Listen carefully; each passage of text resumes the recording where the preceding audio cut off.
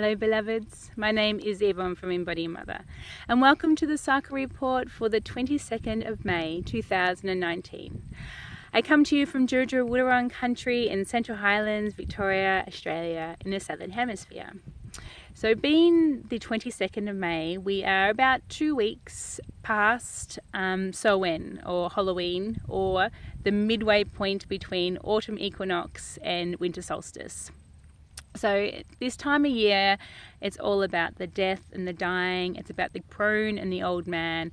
It's about the deep letting go. It's about gathering up the wisdoms that we have gathered through the whole cycle. So it's like the balsamic or the rose hip. It's that very juicy bits that, you know, if you think of the rose hip, it is the medicine that we have to take us into the void, and the seeds that we are collecting for the next cycle, the next earth cycle, which begins on winter solstice, which is the new earth cycle as the sun grows bigger as we head towards summer solstice, which feels so far away right now because we're on the opposite end of the cycle, of the wheel. Of course it feels so far away. So for me, what's been arising this week in terms of this time of year is the deep letting go. Some of you may know I've spoken on previous reports that I've been doing some really deep body work with the magical Jane Andrews, who's a chiropractor, magic woman in Daylesford. And we've been really going deep into my body and really cellular workings of drawing out what sits there and blocks certain aspects of me. So what's really come up this week with that work is the witch wound. So I've developed a rash around my neck. I don't really know why it comes up. It's come up this time of year a couple of times, throughout the last couple of years. And when Jane and I were talking about it, she goes, "Oh, it looks like a rope burn." And it just threw me back to several journeys I've had, shamanic journeys, where I've seen myself being hung during the witch burning times for doing, for practicing, what we do here, herbs and magic medicines, and how, it's such a common thread throughout many women and it sits in their bodies. So, and it led me on to this point where when we went further down, this really pulling up these really deep ingrained patterns that I have in my body about deception and trust, especially trusting the masculine.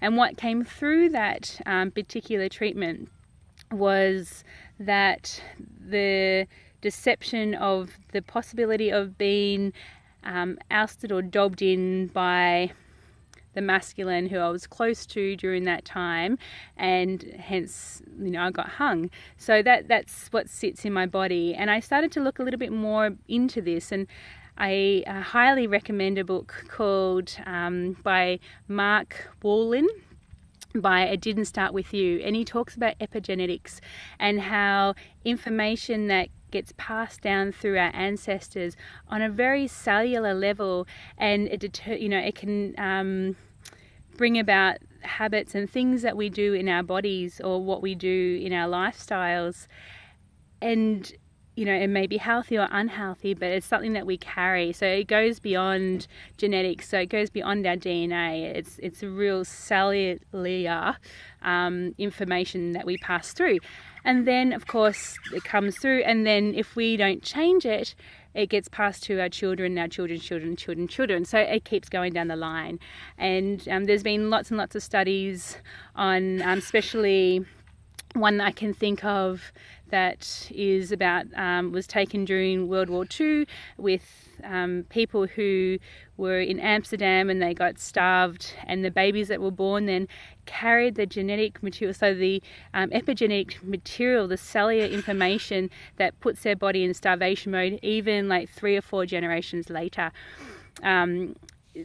It reminds, so Mark Wolynn, his specialty is in family constellations, and it also reminds me of Daniel Ford's work on ancestors, and his background is in psychology and family systems. So it's really, looking at the our thought patterns and anything that holds us back or sits in our body that doesn't serve us, and bringing it up, and sometimes realizing that it may not be yours, or something that you're carrying that it comes from generations upon generations upon generations back. Most of our those who are living in the West, and those who, all around the world, actually, there'll be some kind of information that comes through our bodies that sits in a wartime space. So, whether it be starvation or, I don't really know, but it'd be worth investigating and having a look at some of the patterns that we go through and the thought patterns that we have at the moment, and just think, well, where does it actually come from? Is it from me or my lifetime, or is it something that my mother held, my grandmother held, my great-grandmother held, and so forth, and the grandfathers, of course. So, have a look. Did it start with you? And if not, well, even if it didn't, now we have this awesome opportunity to bring it up and, change it, so we don't pass it on to the children and the children's children. Again, coming back to, we are two ancestors. We are two ancestors. We are in a waning disseminating moon. So there was a very big full moon, Scorpio full moon on the weekend and on Sunday here on this land. And what for me that felt like is, it was actually really deep, but really calm until Monday hit. So once we passed the full moon, this is when all this stuff started coming up, that really deep stuff. And I'm not an astrologer, but I know that anytime there's a moon in Scorpio, it sort of brings up all this deep stuff that sits within our body, because that's what a Scorpio, that's what it is. It's a really deep dive into what's happening around us and what sits in our bodies.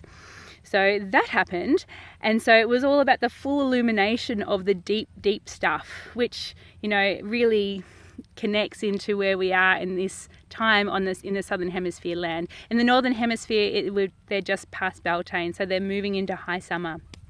So now we're in a waning dissemination moon, or waning gibbous, and it's the harvest of this moon cycle. So if you think back to about 3 weeks ago when there was a new moon, what was happening then? What did you do? New moon prayers, what was happening then? And see the harvest of that, time. So, it's going to happen whether you take notice or not. So there's an invitation there, and I highly suggest that you take note of what's happening around the full moons and what's happening around the new moons and the dark moons, so you can start to track and see what your harvest is. And also your menstrual cycle, the same if you're a woman and you're bleeding, note what's happening during that time, because it is such potent information that takes you through, it gives you potent information for the wisdoms of the cycles. And for men, it's all about, and those who are not bleeding, it's about the moon cycle. So if you're a man or a person who is not bleeding, take note of that moon cycle. And again, note the points, note the dark moon, the new moon, and the full moon, and note what's happening in the spaces in between, because that's where the magic is, right? I am on day 6, so I was bleeding during this full moon, so it had a lot of stirrings in it. So it was, having that big full moon space, and it was great. I really lavished, and my partner took my children away for the week for a night, and I was able to sit at home by myself. So really, taking in that time to just rest my body, which I really needed, given the last cycle was very hectic and really big and really busy, and I was very tired. So having that point when I was bleeding and has given me a bit of a boost of energy to carry through to this new menstrual cycle, which is pretty cool. I feel really happy about that. And the day 3 wisdom of that actually was about radical love, and how love, how we sit in this world today, and it feels like love's a really radical act. Anyway, murmurs, I think, for something to come, but just to love, just to send love out to people, and no matter what, just the guy in the street who's walking his dog, just send love and send love to the trees, and this radical act of love in a world that is based on fear and hurt and rage. Send love. Even the politicians who you may disagree with, send love to them, because they may need it, so they can open their hearts and just wish that we all walk around with our hearts open, and so we can all sink in deeper into love space. Because I think the more we do that, the more we're going to see and love the earth, and just all walking around in an oxytocin high, which is pretty friggin' awesome. I'd love to live in that world where everybody's walking an oxytocin high. I mean, could you imagine it? So cool. So that is that. I just wanted to plug I got 2 more spots going for my one-on-one shamanic, we call it a deep soul journeying one-on-one experience. So it's a 12-week one-on-one each week that we talk, and there's different topics throughout the 12 weeks. So it really works with the wheel and the cycles, and we look at how we birth, again from the epigenetic point of view, and how what information's being passed through to us and down and out. We also look at our point of puberty, so all the thresholds. We talk about our lover selves, we look at our mother selves. Even if you don't have children, how do we mother ourselves, how we mother the earth, how do we mother the animals, whatever it is. Then we move on to sort of the Marga and our claiming our power, and then moving into the death and the crone, the ancestor, and the spaces in between. So if this is something that interests you, or you're thinking, yeah, maybe I'd like to know more of that, contact my details below. And if you love what you're seeing, I'd love to hear from you. Always enjoy receiving comments and suggestions. So from my heart to your heart, beautiful people, I send you so much love. Have a great week. Bye.